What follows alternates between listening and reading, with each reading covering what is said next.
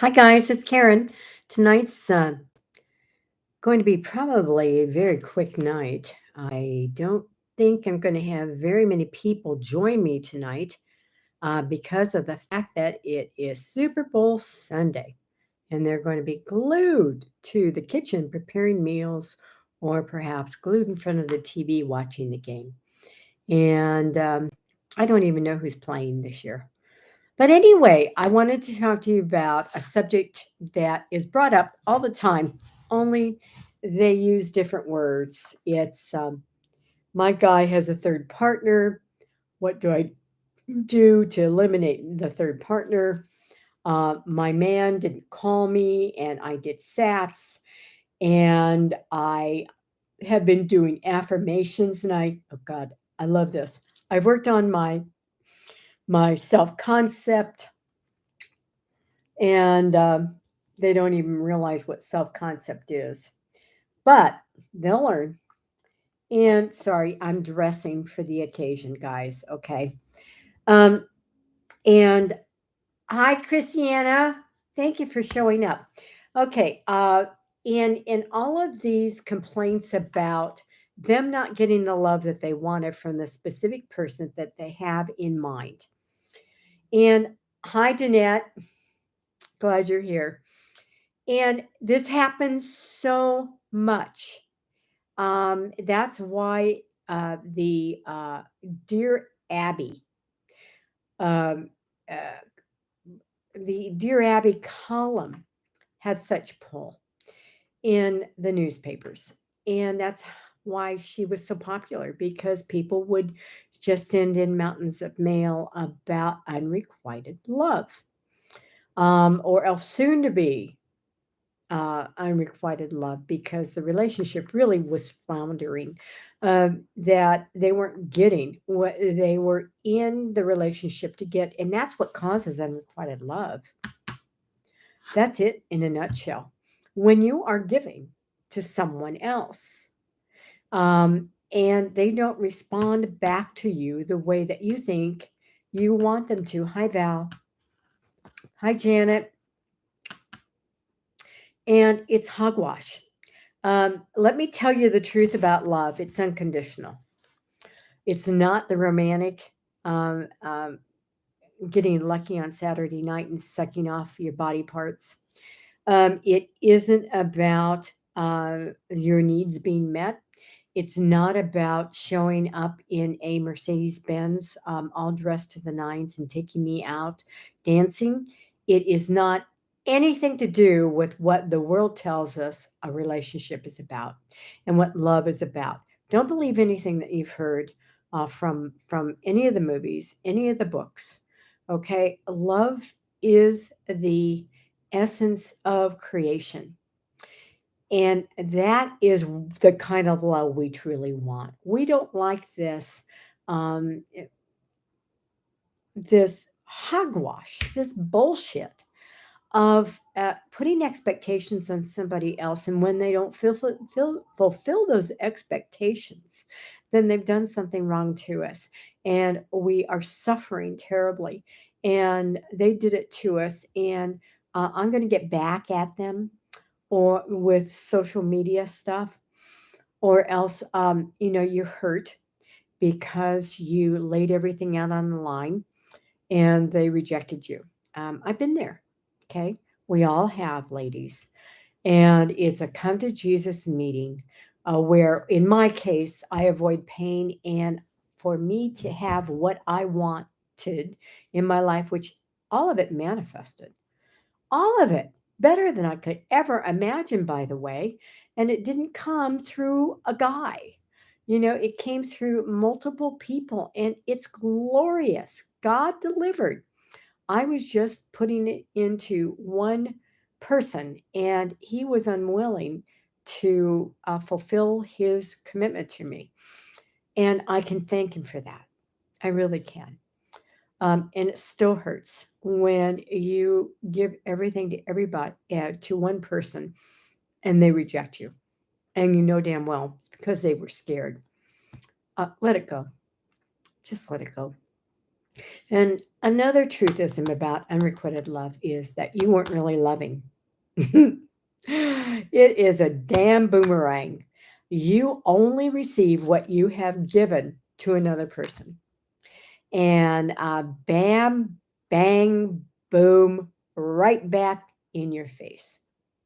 Whatever you give out is returned instantly, almost before you give it, because you are in a state of seeking outside yourself and you're never going to be happy. You're never going to get anything given to you from outside yourself. And you got to grow up on this issue. You really do. Course in Miracles just really goes into that in depth, by the way, or A Course in Love, which is an offshoot. It's not the Course in Miracles, but it really is a good book. And then, you're seeking outside yourself because you don't think you have what you want within you. And that is the only thing that you are going to receive in any given minute, and that is what you have within. And you share that to recognize it is within you. It's very simple, guys, and it's law. What you receive from another, receive, quote unquote, is what you've given them. And it's instant. At the same moment you give, you receive what you've given. There's no time lag. Isn't that glorious? So, whenever I want to feel love, all I do is love somebody and I get it. I get it. It doesn't matter who it is. It doesn't matter that they didn't even notice I was giving them love. It will be saved for them when they are wanting love and accepting love and in a state where they know that they deserve love. It will be delivered. It's never forced. Love is never forced. It's always constant. So you're seeing another side of me right now, in the love side.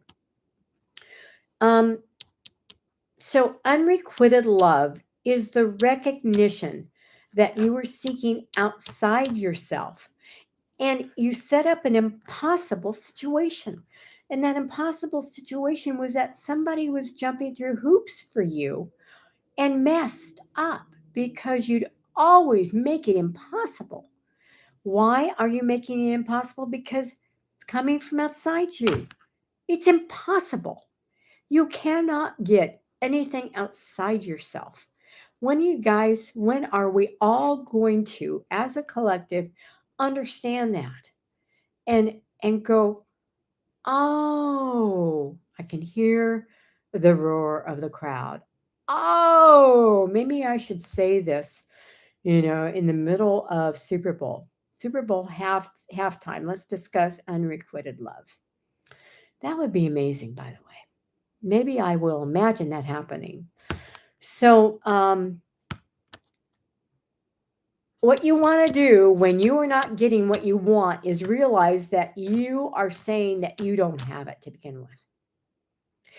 And it's sneaky. Okay, so if you are noticing that someone is giving more love to somebody else than to you, I mean, that's your experience, then what you want to do is you want to love everybody equally. You want to express love in that group equally to everyone in that room. You are being the one who's being selective. You are pointing a finger and saying that person isn't giving me the same amount of love that they are giving that person, or recognition. You are putting yourself in the corner. You want to take yourself out. You want to be involved in the collective, and you want to give the entire collective love and attention and acknowledgement. That's one way. That's the only way that you are truly going to heal that. So, in my own birth family environment, I experienced this a hell of a lot. And in my case, it was because I was not being myself. How in the hell can I be recognized if I'm not being myself? And so, as soon as I became myself, that tribe no longer appealed to me. And I wouldn't be able to be in their presence because I'm not going to modify myself at all. I am not going to uh, turn my hair mousy brown, and I am not going to take off my acrylic nails, and I'm not going to take off my jewelry, and I am not going to be meek and mild, and I'm not going to be a yes person. And I am not going to tell them I'm a failure because none of that's true for me. I'm not any of that. And so I was still emerging when that was all taking place. If you're finding it difficult to be amongst your tribe and you're experiencing unrequited love for yourself, it's because you're not being yourself in that tribe. And possibly, probably it's because you know you won't fit. You don't fit. Get out of it. Make your own tribe. Okay? And I did. And my family is glorious. Absolutely glorious. I don't have to watch what I say. I can say fuck you whenever I want. I can be late. I can be early. I can wear makeup. No, I don't wear makeup, by the way, but I can wear no rings or I can wear finger rings on every single finger, and if I'm tired and yawn, nothing's said to me, and I can be an absolute bitch and I'm still loved. Okay, that's your tribe. So I know that some people here, Juanita, hi, honey, speaking of part of my tribe, and you all actually are part of my tribe. So thank you. Um, keep on, keep your finger on your pulse. And the pulse I'm talking about is how much love are you experiencing at any given moment? And if you're not, and I'm tingling right now, I'm just feeling love. If you are feeling unloved, the first thing you do is you get somebody in your mind and you love them, send them love. Make a blast, make a ball of light, pulsating light, golden pulsating light with sparklers, flashing off it. Send that to somebody and have it radiate all over them. They can be passed on. They can be someone who you've only seen once or twice. Could be a neighbor. Could be anyone. It could be someone who's walking down the street. I do. I love going to the mall and doing that and seeing if anybody feels it. Uh, The least that they will do is they will carry it with them until they're ready to feel it. And then they're going to turn to their loved ones and give me a big smooch. So be an ambassador of love, and you will not experience unrequited love at all. When you do, good news. It's a sign that you forgot that you were the source, not somebody else. And all you have to do, again, like I just instructed you to, is send someone love. And hell, if you're not getting love from Johnny, your longtime friend who hasn't called you in 3 years, send him love. Chances are he's going to send you a text saying, you know what? I'm so sorry I haven't texted you. How the hell are you doing? Let's meet for coffee. And why don't you fly to see me if if they live in a different state, and I'll send you a ticket. Who knows what miracles can happen. Miracle consciousness is unconditional love consciousness. It's one and the same. And whenever you lack anything, it's because you are out of the state of love, guys. I'm writing my third book, probably starting March 1st. I'm completing my second one by March 1st. Or yeah, and the title is How to Get Your Head Out of Your Ass, or how to unstick your head out of your ass, or how to unfuckity fuck yourself.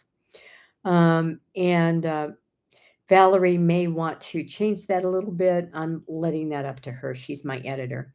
But this is just flowing out. I'm in 12 easy lessons, by the way. I'm already on lesson 7.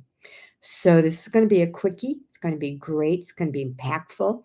And I'm having fun doing this. It's fun. It really is fun. So putting yourself out there is scary. It's scary. Either you are not manifesting, and you guys know who you are if you are not manifesting.